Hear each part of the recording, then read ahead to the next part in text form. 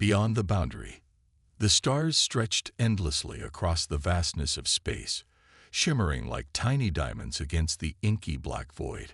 Captain Elena Reyes stood on the bridge of the exploration vessel Pathfinder, her eyes fixed on the holographic map displaying the edge of known space. Beyond that point, the map went dark, literally and figuratively. It was where humanity's knowledge ended and the true unknown began. "We're approaching the boundary, Captain," announced Navigation Officer Kai Chen, his voice steady despite the tension evident in his posture.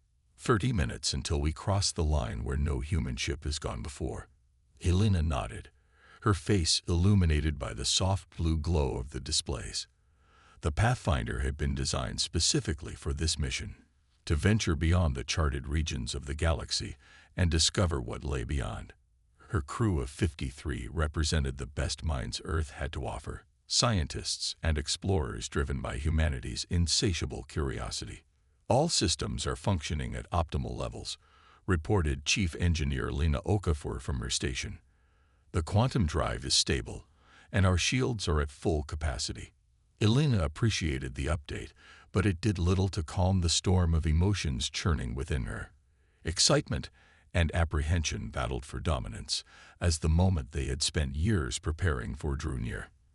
This mission represented humanity's greatest leap into the unknown since the first interstellar voyage a century earlier. "Dr. Hayes, any changes in the anomaly readings?" Elena asked. Turning to the science station, Dr. Marcus Hayes, the Expeditions League xenophysicist, shook his head. "The signal remains consistent, Captain. Whatever's generating it hasn't moved or changed in pattern since we first detected it 3 months ago." The anomaly was the reason they were here, a strange energy signature emanating from beyond the boundary that defied all known physical laws. It appeared to be both a beacon and a violation of several fundamental principles of physics. The scientific community back on Earth had been divided on whether to investigate, with some arguing that anything capable of bending reality in such a way might be better left alone. But curiosity had won out, as it always did with humans. 5 minutes to boundary crossing," Kai announced, his fingers dancing across the navigation controls. Elena straightened her uniform and addressed the bridge crew. "This is what we've trained for. Whatever we find on the other side, remember that we represent not just ourselves or this ship, but all of humanity. We're explorers, not conquerors. Our mission is to learn, to understand, and to make peaceful contact if possible." The bridge fell silent as the countdown continued. Elena could feel the weight of history on her shoulders. The Pathfinder's journey would be studied for generations to come, regardless of the outcome. Boundary crossing in 3, 2, 1. The moment they crossed the invisible line, every system on the ship flickered simultaneously. The lights dimmed before returning to full brightness, and the holographic displays dissolved into streams of incomprehensible data before reforming. "Status report," Elena commanded, fighting to keep the alarm from her voice. "All systems recovering, Captain," Lena reported from engineering. "It appears to have been some kind of electromagnetic pulse, but not like any we've encountered before. The quantum drive is reinitiating its stabilization sequence." Before Elena could respond, Dr. Hayes called out from the science station, his voice tight with excitement. "Captain, the anomaly signal. It's change. It's not just energy now. There's a pattern. I think it might be communication." Elena moved quickly to his station, studying the oscillating waveforms on his display. "Can you decode it?" "Working on it," Hayes replied, his fingers flying across the interface. "The quantum computer is analyzing the pattern now, looking for mathematical consistencies that might indicate language." Minutes stretched into an hour as the ship hung in space just beyond the boundary. The crew worked in tense silence, all eyes occasionally darting to the viewports as if expecting to see something materializing in the darkness. "I've got it," Hayes finally announced, his voice barely above a whisper. "Or at least I think I do. The computer has identified a repeating pattern that corresponds to basic mathematical sequences, prime numbers, the value of pi, fundamental constants. It's a primer for communication. Can we respond? Elena asked. I believe so. The system should be able to mimic the transmission format. Elena took a deep breath. Send a response. The same mathematical sequences to indicate we understand, followed by our own primer. Basic human language constructs, visual representations of our species, our solar system. As Hayes worked to compile the message, Security Chief Jackson approached Elena, his expression grave. Captain, I need to remind you of protocol. We have no idea who or what is sending this signal. It could be a trap. Elena nodded. I understand the risk, Chief, but we can't pass up this opportunity. We'll maintain defensive readiness, but we're proceeding with contact. The response was transmitted, and the bridge crew held their collective breath.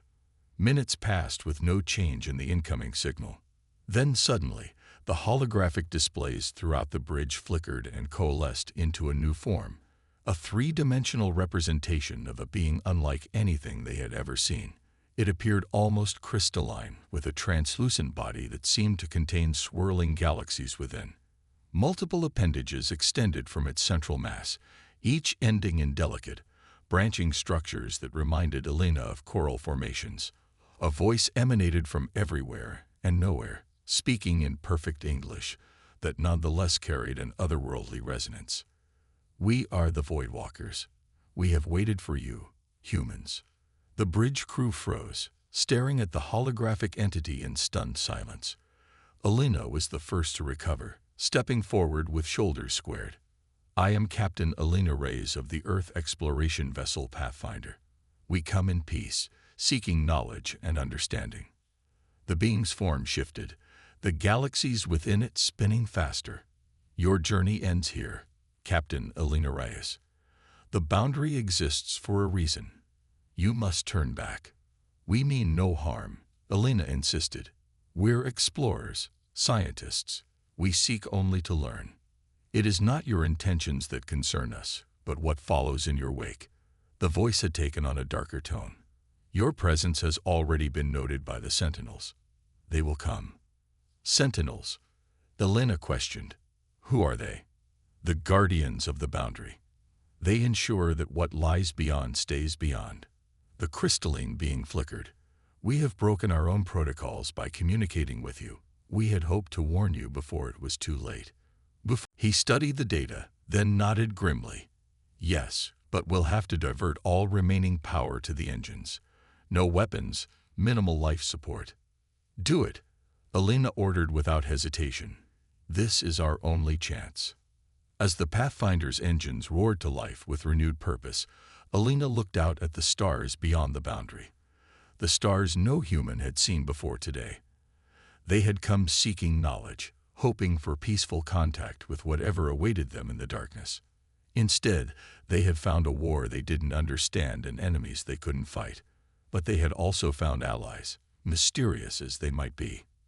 And now they were running toward their only hope of survival, an ancient alien vessel hiding in the shadows of uncharted space. The boundary had been crossed. There was no going back. The human element. The Pathfinder limped into the gravitational shadow of a massive gas giant, its hull scorched and breached in multiple sections. They located what appeared to be an entrance, a hexagonal opening that dilated as the shuttle approached, as if recognizing their presence.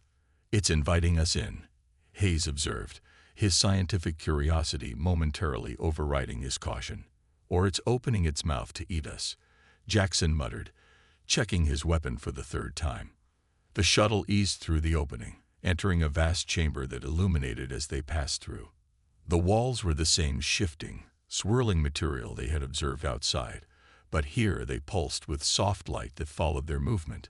It's responding to our presence, Hayes said, his voice filled with wonder. Some kind of biomechanical interface, perhaps. After docking the shuttle in a section that seemed designed for that purpose, the team ventured deeper into the vessel. They found chamber after chamber of technology so advanced it was indistinguishable from magic, crystalline structures that hummed with energy, pools of liquid that defied gravity, and interfaces that responded to thought rather than touch. In what appeared to be the central control room, They made their most significant discovery, a holographic representation of the galaxy, with boundaries clearly marked and annotated in the Voidwalkers' language. With Lin's help, using the communication primer they had established earlier, they began to understand the purpose of this map. "The boundary we crossed," Lin explained, pointing to a glowing line that encircled a section of the galaxy. "It's not just a mapping convenience, it's a containment perimeter." "Containment for what?" Elena asked, a sense of dread growing within her. Lin studied the symbols around the map. "Something the translation calls the hunger, a force or entity that consumes everything. Stars, planets, life, even the fabric of space-time itself." The implications were staggering. The boundary wasn't meant to keep explorers out. It was meant to keep something terrifying in. "But why attack us?" Jackson questioned. "If they're trying to contain this hunger, shouldn't they welcome help?" Hayes had been examining another section of the control room, and his voice when he spoke was grave. "I think I know why. Look at this." He brought up another holographic display, showing what appeared to be historical records. The images were clear enough. Civilizations rising, spreading across stars, and then being systematically destroyed as massive, shadow-like entities moved through their systems. "The Sentinels don't just enforce the boundary," Hayes explained. "They eliminate any civilization that becomes advanced enough to potentially disturb it. They're not just guardians, they're executioners." Belinda felt cold despite her suit's temperature controls. "And now they know about humanity." "Yes," Lin confirmed, continuing to translate the records. "According to this, once a civilization is identified beyond the boundary, the Sentinels' protocol is to trace them back to their origin and sterilize the threat." The silence that followed was deafening. Earth was in danger, not just the Pathfinder, not just their mission, but all of humanity. "There has to be something we can do," Elena insisted, refusing to accept their apparent fate. "The Voidwalkers sent us here for a reason. They must have believed we could find a solution." As if in response to her words, a new hologram appeared, a crystalline form similar to the Voidwalker they had encountered. But this recording was clearly ancient, left behind long ago. "If you are viewing this record, you have crossed the boundary despite the warnings." The hologram spoke in the same resonant voice they had heard before. "The Sentinels cannot be defeated through conventional means. Their technology is beyond yours, their numbers vast. But they have one weakness: they cannot comprehend innovation. They have existed for millennia, unchanging, unevolved." The hologram shifted, showing images of Sentinel ships in combat. "Their patterns are fixed, their responses predictable to those who have studied them long enough. We have, but we lack the capacity to exploit this knowledge. Our species evolves too slowly, thinks too uniformly." Elena looked at her team, seeing the realization dawning on their faces simultaneously. The Voidwalkers had sent them here because humans were different, unpredictable, innovative, quick to adapt. "We need to get this information back to the Pathfinder," Elena decided. "And then we need to come up with a plan that no one, human or Sentinel, would expect." Back aboard the damaged Pathfinder, Elena assembled her remaining officers.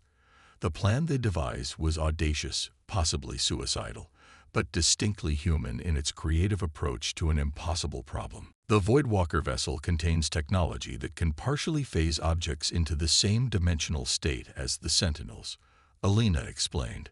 "With Lena and Dr. Hayes' help, we've adapted some of it to work with our remaining conventional missiles. But we still can't track them accurately enough to hit them," Jackson pointed out. "We won't need to," Elena replied, "because we're not going to attack them directly.